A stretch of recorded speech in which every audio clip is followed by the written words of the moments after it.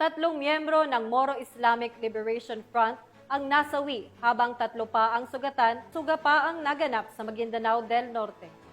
Ang detalye ng report mula kay Patsyoluman Bandarlite.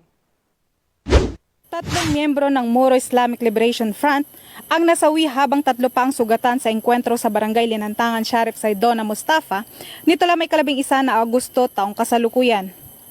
Ayon kay Police Brigadier General Jason C. D. Guzman, Regional Director ng ProBAR, ang mga nasawi ay kasapi ng MILF na pawang mga kasapi ng 128 Base Command laban sa grupo ng 118 Base Command.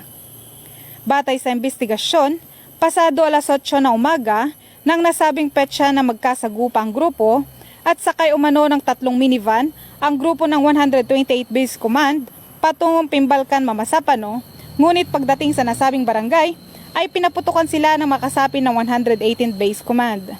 Agad namang lumikas ang ilang residente malapit sa lugar ng insidente. Isang sibilyan ang tinamaan ng ligaw na bala at kasalukuyang nagpapagaling sa ospital. Na-recover mula sa crime scene ang mahigit 100 basyo na iba't ibang uri ng baril.